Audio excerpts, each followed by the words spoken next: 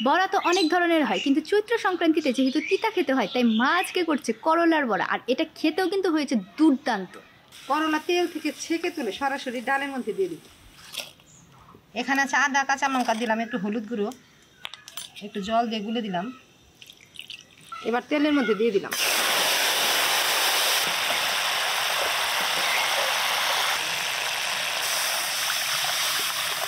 উনুন ধরিয়ে নিয়েছি, জল দিয়ে হাঁড়িটা বসিয়ে দিলাম।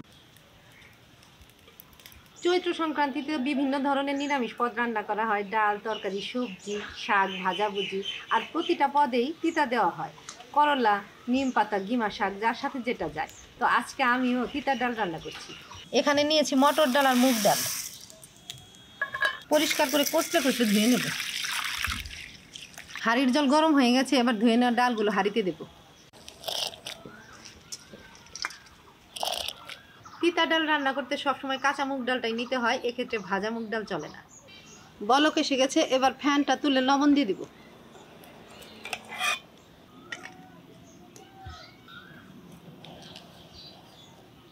এবার অল্প আঁচে সিদ্ধ করে নেব। ডাল বা অন্য যে কোনো কিছু এরকম হাঁড়িতে করলে খুব তাড়াতাড়ি সিদ্ধ হয়ে যায়। এই তিতা ডাল রান্না করতে তেমন কোনো মশলা দিতে হয় না। একটু আদা ছিলে নিলাম, আর নিলাম কয়েকটা কাঁচা লঙ্কা। আজকে করলা দিয়ে তিতা ডাল রান্না করব। করলাগুলো যদি এমনি এমনি ভাজা হয়, ছোট বড় অনেকে আছে এমনভাবে পছন্দ করে না, আর সংক্রান্তিতে তো তিতা খেতেই হবে। তাই করলা দিয়ে আজকে এমনভাবে একটা স্পেশালভাবে বড়া বানাবো যেটা খেতে সবাই খুব পছন্দ করবে। ডালে দেওয়ার জন্য আর বড়ার জন্য করলাগুলো কেটে নেব।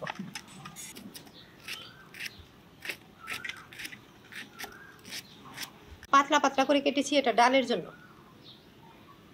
আর মোটা মোটাটা বড়ার জন্য। এবার আদা বেটে নেব।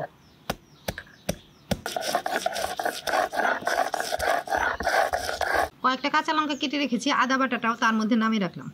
বড়া করার জন্য এখানে চাল ডাল ভিজিয়ে রেখেছি, এগুলো বেটে নেব। এখানে আছে মটর ডাল, খেসারি ডাল আর আতপ চাল। এই ডাল দিয়ে যে কোনো রকমের বড়া করতে চাইলে ডালটা বাটার পর ভালোভাবে ফেটিয়ে নিতে হবে। দিলাম হলুদ গুঁড়ো, স্বাদ মতো লবণ। এদিকে ডালও সেদ্ধ হয়ে গেছে, ফেটানো ডাল বাটির মধ্যে তুলে রাখলাম। ডাল সেদ্ধ হয়ে গেছে, হাঁড়ি নামিয়ে রেখে কড়াই বসিয়ে দিলাম। কড়াইতে দিলাম জল, গরম জলে বড়ার করলাগুলো ভাপিয়ে নেব। দিলাম একটু লবণের ছিট। এবার সেদ্ধ ডালগুলো এই ডালের কাঁটা দিয়ে ভেঙে দেব। একদম বেশি কাটা দিব না।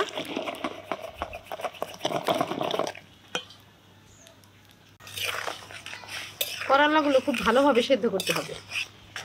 করলা সেদ্ধ করে নিয়েছি, জল থেকে ছেঁকে নামিয়ে দিলাম। ডালের করলাতে এবার নুন হলুদ দিয়ে দিলাম। কড়াই গরম হয়ে গেছে, এবার কড়াইতে সরষের তেল দেব। তেলটা খুন্তি দিয়ে ছড়িয়ে দিচ্ছি। নুন হলুদ দিয়ে মাখানো করলা গরম তেলে ভেজে নেব। সেদ্ধ করে রাখা করলাগুলো ডালের সাথে মিশিয়ে নেব। করলার সাথে ডালটা এভাবে ভরিয়ে নিচ্ছি।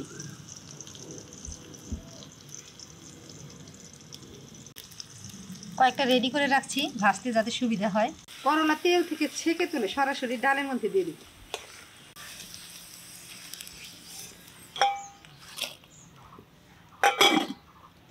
এবার এই তেলেই বড়া ভাজবো।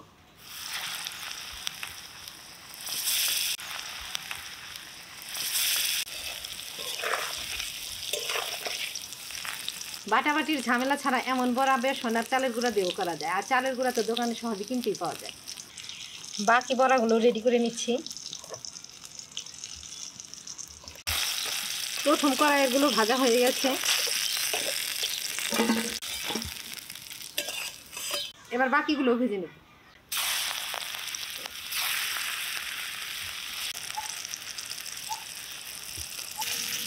আমি আজকে সংক্রান্তির জন্য এই বড়া ভাজলাম, তেমন কোনো মশলা দিইনি, লঙ্কার গুঁড়ো দিইনি। তোমরা চাইলে একটু লঙ্কার গুঁড়ো অন্যান্য মশলা দিতে পারো। সবগুলো ভাজা হয়ে গেছে।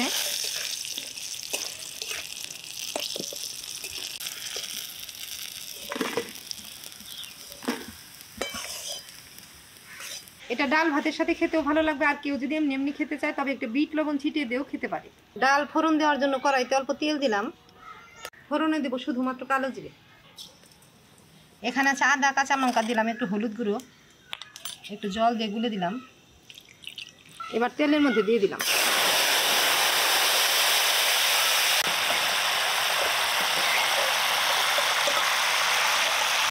এখন এই ডাল কড়াইতে ঢেলে দেবো।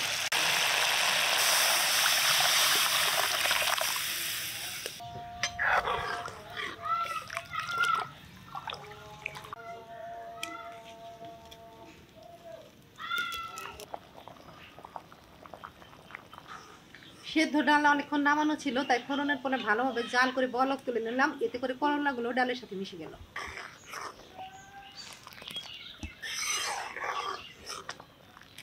রান্না হয়ে গেছে তিতা ডাল, এবার নামিয়ে দেবো।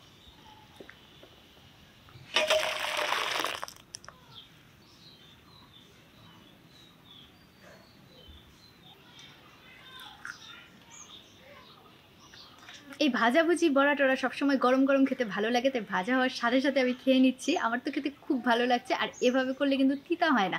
ওই সেদ্ধ করার সময় তিতা জলটা পড়ে গেছে। খুব ভালো হয়েছে আজকের এই বড়াটা। তো বন্ধুরা, এই ছিল আজকে সংক্রান্তি স্পেশাল রান্না বাড়া। আশা করি তোমাদের ভালো লেগেছে।